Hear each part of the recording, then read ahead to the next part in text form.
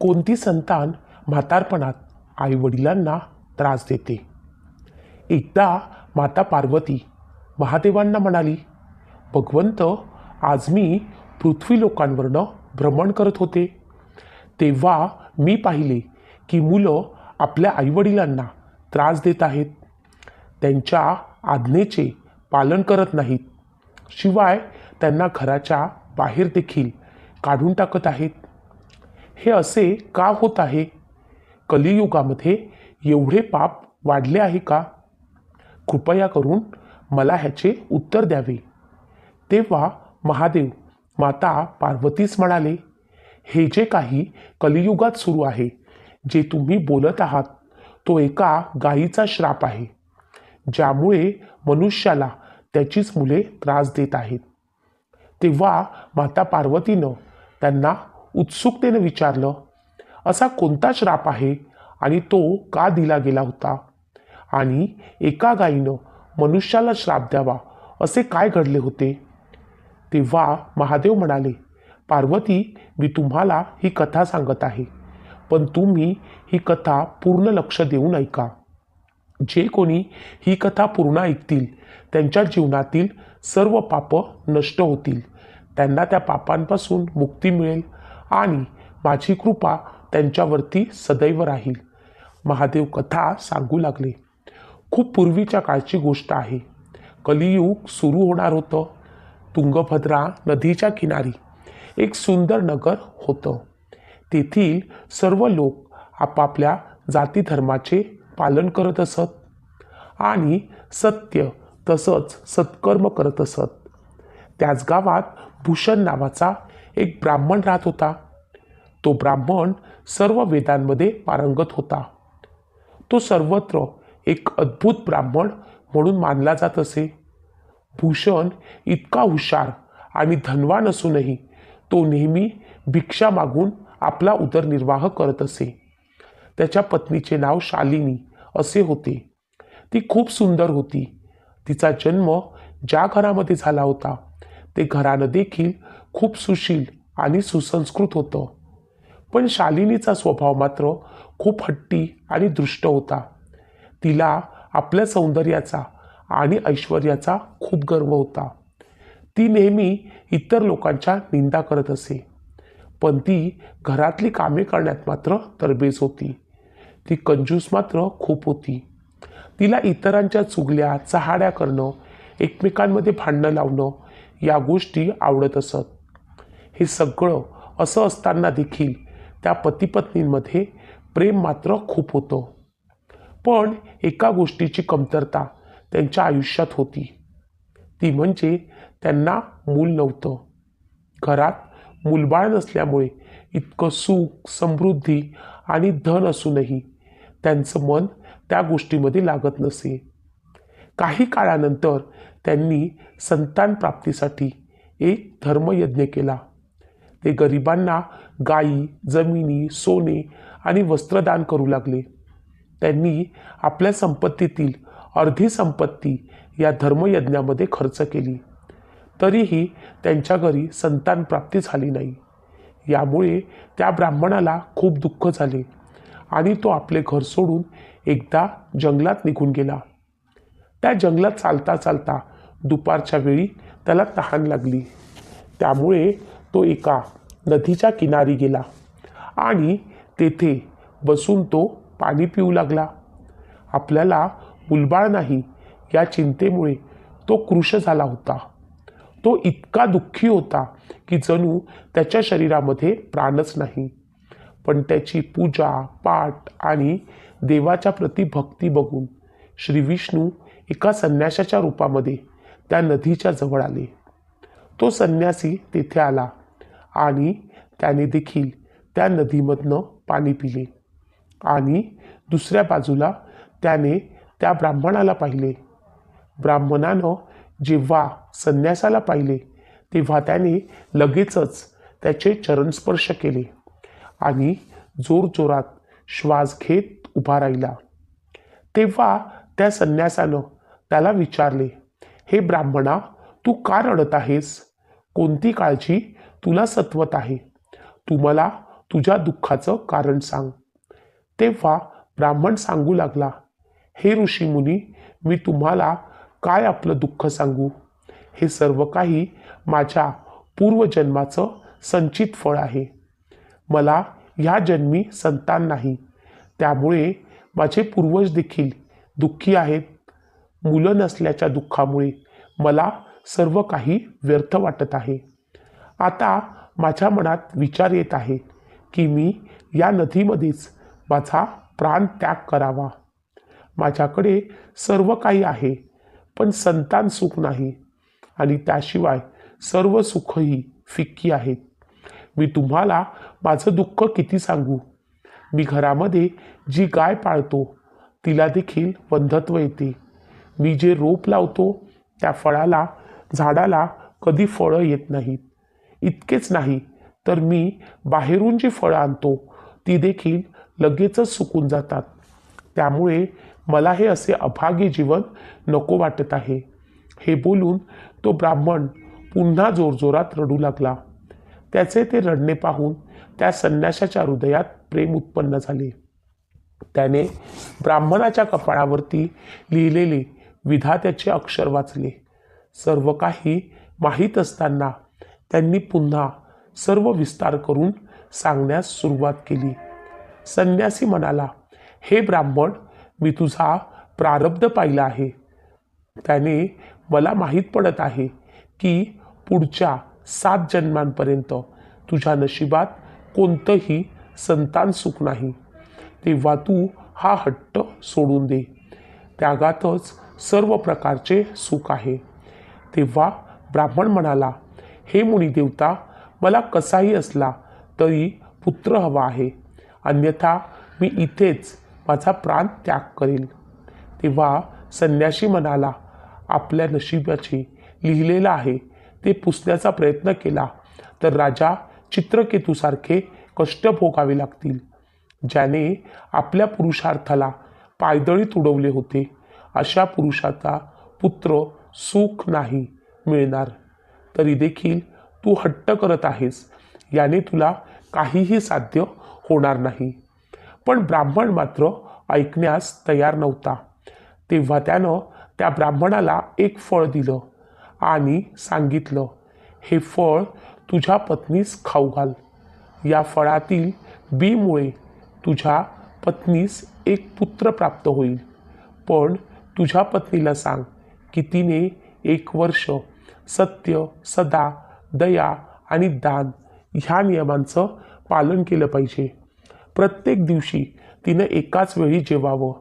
त्यामुळे तिच्या पोटी जन्माला येणारं बाळ हे चांगल्या स्वभावाचं असेल. असे बोलून तो संन्यासी निघून गेला आणि तो ब्राह्मण आपल्या घरी आला.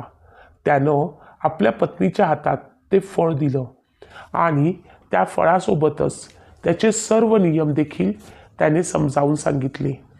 सर्व समजावून तो बाहेर निघून गेला. पण त्याची पत्नी मात्र दृष्ट स्वभावाची होती. हे आपल्या मैत्रिणीला रडून रडून हा सर्व प्रकार सांगितला. तिने मैत्रिणीला सांगितले की मला खूप काळजी वाटत आहे. मी हे फळ खाणार नाही. हे फळ खाल्ल्यामुळे मला गर्भधारणा होईल.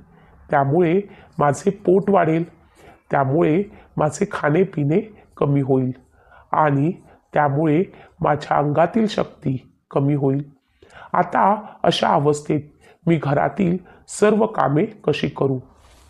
जर का गावात काही आपत्ती आली तर मी गर्भावस्थेत असताना कशी पळू शकेल? जर सुखदेवसारखा हा गर्भ जर माझ्या पोटात 12 वर्षांपर्यंत राहिला तर याला बाहेर कसं काढणार? आणि जर का प्रसूतीच्या काळामध्ये बाळ फिरलं तर माझा मृत्यू होऊ शकतो. बाळ जन्माला येताना खूप त्रास होतो, हे मी ऐकलेलं आहे. मी तर एक सुंदर सुकुमारी स्त्री आहे. मी हे सारं कसं सहन करू शकेल? गर्भावस्थेमध्ये माझं वजन वाढेल आणि मग माझ्या शरीराने जास्त हालचाल होणार नाही. तेव्हा माझी नणंद माझ्या घरी येऊन माझं सगळं धन संपवेल. त्यामुळे हे सारं काही करणं माझ्याकडून शक्य नाही. मला तर असे वाटते की वांज आणि विधवा स्त्रियाच सगळ्यात जास्त सुखी असतात. असे बोलून तिनं ते फळ खाल्ले नाही. जेव्हा ब्राह्मणाने तिला विचारले, फळ खाल्ले का, तेव्हा तिनं त्याला हो म्हणून उत्तर दिले. एके दिवशी तिची बहीण तिला भेटण्यासाठी तिच्या घरी आली होती. तेव्हा ब्राह्मणाच्या पत्नीनं झालेला सर्व प्रकार आपल्या बहिणीला सांगितला. ती आपल्या बहिणीस म्हणाली की मला आता या गोष्टीची काळजी वाटत आहे की जर मला मूल झाले नाही तर मी ब्राह्मणाला काय उत्तर देऊ. या विचारामुळे मी दिवसेंदिवस अशक्त होत चालली आहे. तेव्हा तिची बहीण तिला म्हणाली, ताई, तू चिंता करू नकोस. मी देखील गर्भवती आहे. तेव्हा मला मूल होईल तेव्हा ते मूल मी तुला देऊन टाकेन. तोपर्यंत तू गर्भवती असल्याचे भासव. तू तुझ्याकडील धनसंपत्ती माझ्या पतीस दे. त्यामुळे ते आमचे मूल तुला देतील. आम्ही लोकांना असे सांगू की माझा गर्भपात झाला आहे. मी दररोज घरी येऊन मुलाला दूध पाजत जाईन. आता ते फळ खरे आहे की नाही हे पाहण्यासाठी तू ते फळ तुझ्या गोठ्यातील गाईला खाऊ घाल.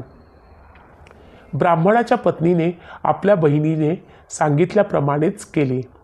वेळ आल्यावर तिच्या बहिणीला मुलगा झाला. तिच्या पतीनं त्या मुलाला आणून शालिनीकडे दिले. तेव्हा शालिनीने आपल्या पतीस सांगितले की आपल्याला पुत्ररत्न झाला आहे. ब्राह्मणाच्या घरी पुत्र जन्माला आला. त्यामुळे सर्वत्र आनंदी आनंद झाला. ब्राह्मणाने मुलाचे सर्व सोपस्कार संस्कार केले आणि गरिबांना ब्राह्मणांना दान दिले. एकदा शालिनी आपल्या पतीला म्हणाली, मला दूध नाही. गाईच्या किंवा म्हशीच्या दुधामुळे मी बाळाचे पोट कसे भरू. त्यापेक्षा माझ्या बहिणीला देखील मूल झाले होते पण ते मृत झाले. त्यामुळे तिला दूध येत आहे. म्हणून मी विचार करत आहे की माझ्या बहिणीलाच तुम्ही आपल्या घरी घेऊन यावे. म्हणजे आपल्या बाळाला पोटभर दूध मिळेल.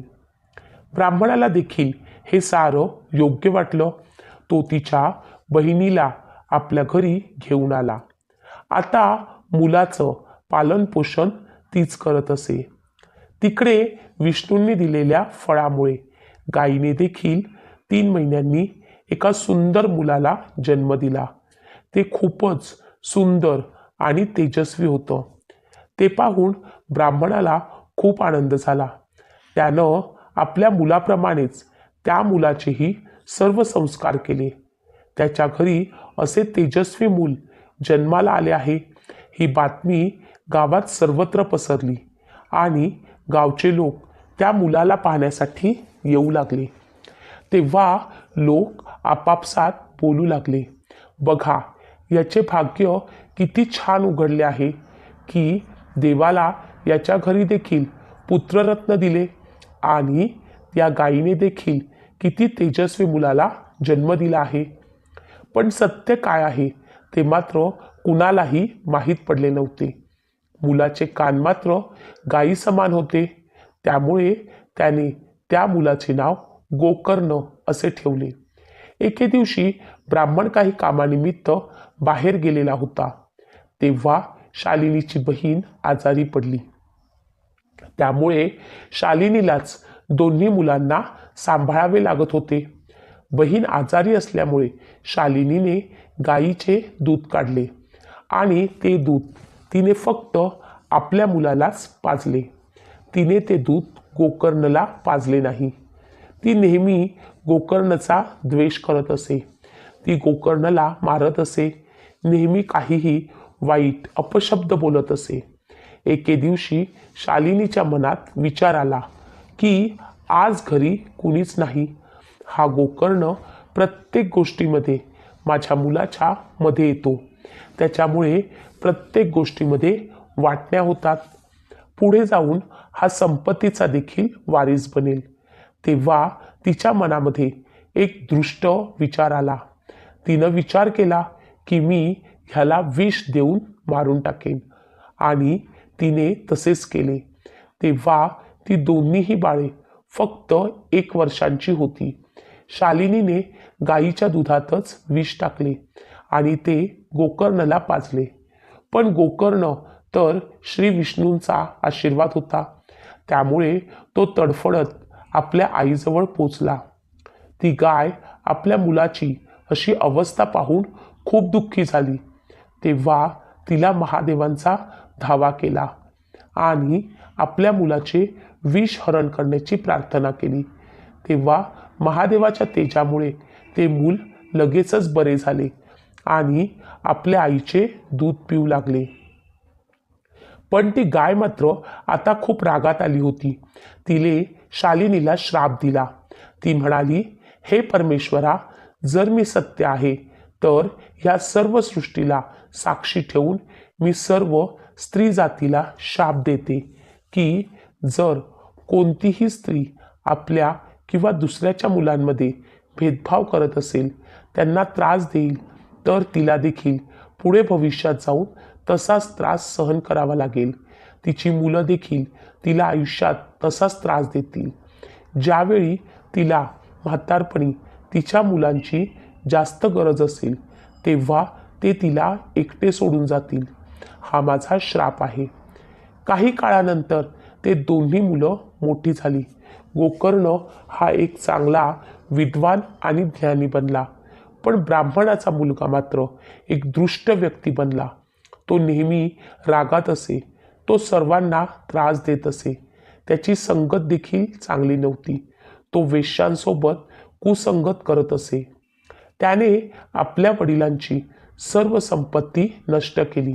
एके दिवशी त्यानं आपल्या आईवडिलांना खूप मारले आणि घरात धन नसल्यामुळे जी भांडी त्याला मिळाली ती सर्व तो घेऊन गेला.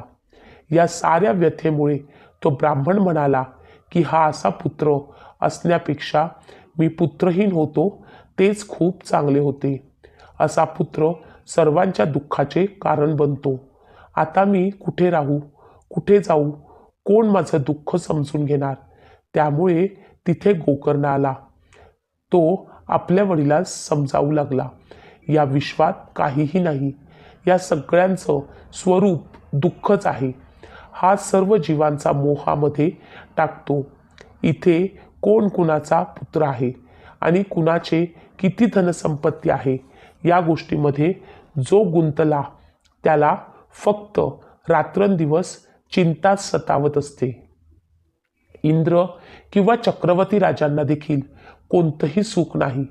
सुख तर संन्यासी रूपात आहे. पुत्राविषयी जे आपले प्रेम आहे ते एक अज्ञान आहे.